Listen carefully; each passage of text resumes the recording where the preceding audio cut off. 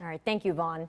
The city of Forest Acres was one of the harder hit communities in the Midlands from Hurricane Helene. As we now enter day 5 of cleanup from the storm, we're checking in on where things stand right now for residents. So joining me now is Forest Acres Mayor Thomas Andrews. Mayor, thank you so much for being here with us today. I know that you have a lot going on in the city right now, so we do really appreciate you being here. Oh, thank you so much. We're just proud to be here. Yes. We would love to start now with just some of the power outages going on in the community. 55% of the city had no power on Friday when the storm first hit, and now you guys are down to 10%. So talk a little bit about what some of the power restoration efforts have been, and how do you plan to get the city down to 0%? Well, that's right. As of this morning, 464 homes didn't have power, which is 10%. It was a lot more a few days ago. And we're so thankful for the work Dominion has done to get lines up and to work hard, and they brought in crews from everywhere.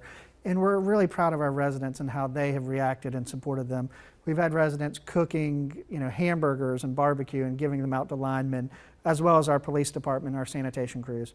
So we worked well with Dominion, letting them know areas that we think we need focus on. But we've also had our sanitation department and our police department out there helping clear roads so that they have an easier job of it. About 6 months ago, we actually bought our police department some chainsaws to be dedicated to them. We didn't anticipate this event, but there were times whenever there are trees on the road and they thought, well, we can clear these without the DOT coming.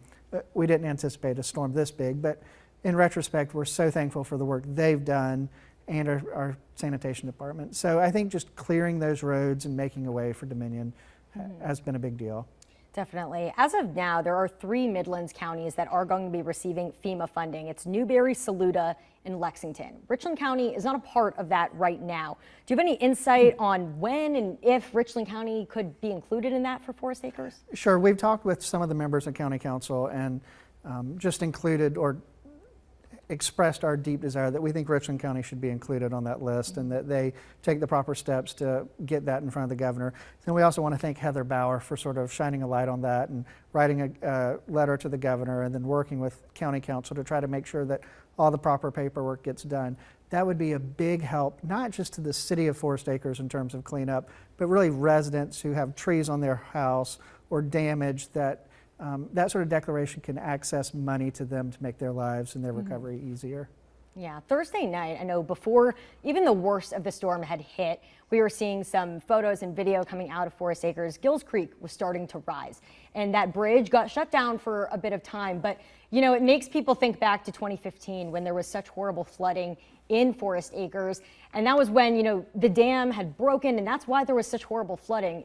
We're not seeing that type of destruction with flooding this time around. Why do you think that is? I'm not sure that we had as much rain. I think we're going to have to sort of answer that question in a month after we really look at things. But I think the steps that we took after 2015 in terms of rebuilding those dams and making sure that they're stronger, and they've also done a much better job or a good job at coordinating between the dams. Whenever there's a big storm coming through, we talk with them and they're drawing them down before the storm gets here so that so much water doesn't build up, and so they have the capacity. So, there are a lot of partners, both upstream and downstream, that make that happen, and we're thankful for them. With this storm in particular for Forest Acres, Hurricane Helene did bring a lot of winds. A lot of trees came down and knocking down a lot of power lines. Dominion Energy actually had installed about 2,000 underground power lines in Virginia in the past year before their hurricane season. Do you know if underground power lines are something Forest Acres would maybe consider in the future? So we have talked, especially on our main artery of Forest Drive, what it would cost to rebury power lines or bury power lines. It's an astronomical number, or it was about 7 years ago, whenever that number was when we first talked about it. We are talking with the county in terms of like the penny tax to try to carve some money out so that we could begin that process. I think that's going to be sort of a decade-long process, but it's something that we think is important and we think it's worth investigating. I'd be remiss if I didn't mention just an hour ago, Representative Joe Wilson was here, and he was helping tour, or he was touring Forest Acres and just expressing his support, and we really appreciated having him here. And we're thankful for everyone. Whenever you look at an event like this, it's not just the municipality, it's not just Forest Acres or even the county, it's also the federal and state level that are coming in and helping us. And we just thank you for all those people. Yes, and we do have to wrap soon, but I do want to end on this.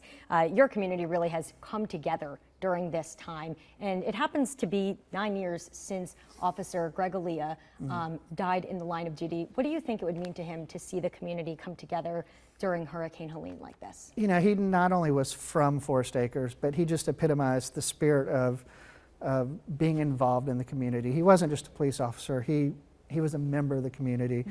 And we think Forest Acres has that community spirit where we have people cooking barbecue for linemen, or we have Rockbridge Club opened up their pool, their bathhouse so people could come take hot showers. We have people who give so much, and we're so appreciative of that. I think that's what makes Forest Acres special. All right, well, thank you so much, Mayor Andrews, for joining us here today. We'll have this interview up on our website, wistv.com, so you can get all of that information. Stick with us here on Midday. We'll have more news and weather coming up after the break. Thank you, Jordan.